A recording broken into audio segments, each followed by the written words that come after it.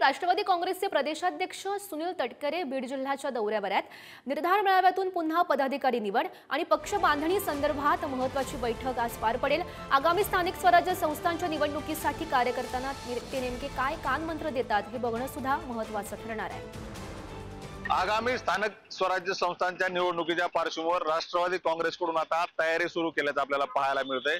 बीडमध्ये आज निर्धार नवपर्वाचा हा कार्यकर्त्यांचा मेळावा आयोजित करण्यात आला आहे।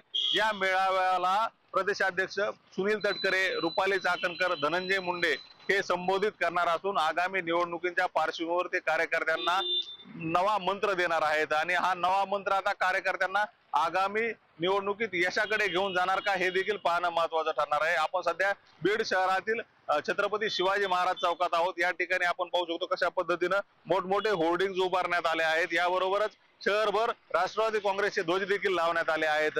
कार्यकर्त्यांच्या निवडणुका म्हणून स्थानिक स्वराज्य संस्था निवडणुका ओळखल्या जातात आणि या निवडणुका जिंकण्यासाठी आता राष्ट्रवादीचा हा निर्धार आपल्याला पाहायला मिळतोय। अशाच पद्धतीने इतर राजकीय पक्ष देखील कामाला लागले असून राष्ट्रवादीने मात्र यात बाजी मारल्याचं आपल्याला पाहायला मिळतंय। राज्यभरात अशा पद्धतीचे मेळावे घेऊन कार्यकर्त्यांमध्ये एक नवा उत्साह भरण्यासाठी आता स्वतः प्रदेशाध्यक्ष सुनील तटकरे हे निघाले असून त्यांच्या या दौऱ्याला मोठा प्रतिसाद देखील मिळाल्याचं आपल्याला पाहायला मिळतंय। एकंदरीतच आता या मेळाव्यातून ते कार्यकर्त्यांना काय मार्गदर्शन करणार आणि विजयाचा कानमंत्र कसा देणार हे पाहणं महत्त्वाचं ठरणार आहे। उदय नागरगोजे, पुढारी न्यूज, बीड।